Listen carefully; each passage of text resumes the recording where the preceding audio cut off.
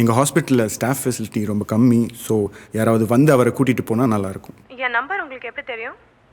Well, உங்கள் husband அன்கான்ஷியஸாக இருக்கும்போது அவர் பாக்கெட்டில் செக் பண்ணும்போது இருந்த ஒரு டைரியில் உங்கள் நம்பர் இருந்துச்சு. Sorry to do that ma'am. Doctor. Yes ma'am. ஃபோனை உங்கள் பக்கத்தில் இருக்க என் பையன்ட்டு கொடுக்குறீங்களா? மேம். பொறுக்கி சித்தார்த்து, என்ன உன் ஃப்ரெண்டை வச்சு ட்ராமா பண்ணுறியா? உங்கள் அப்பா மண்டபம் ஆடிட் போயிருக்காருன்னு நான் போய் சொன்னேன். அவர் வீட்டில் உட்காந்து 2020 கிரிக்கெட் பார்க்குறாரு.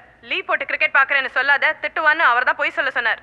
நீ என்னடானா ஏதோ சித்து வேலையெல்லாம் பண்ணுற? ஏன் என்ன வீட்டு விட்டு கிளப்புற? ஏதோ பெயின், இப்போ அப்பா ஆக்சிடென்ட்ற, என்ன ஃப்ராட் பண்ற? ஏதா பொண்ணு கண்ணு வச்சு கொடுத்தனம் பண்றியா? ஐயோமா, அதெல்லாம் இல்ல. வேற என்ன?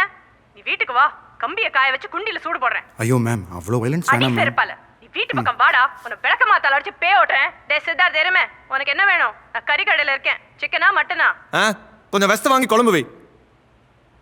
Problem unsolved. ஐடியா அப்ப நீ என்ன சொல்ல வேண்டியது? நீ எதுக்கு நம்ம ஃபோன் பண்ணிட்ட? நான் இவ்வளவு சீரியஸா நீங்க விளையாட்டு இருக்கீங்க. எங்க அம்மாவுக்கு ஏதாவது ஆக போகுதுடா. அந்த பேய் ஏதாவது பண்ண. அந்த பொண்ணு நிஜமா இதை பண்ண போறாடா.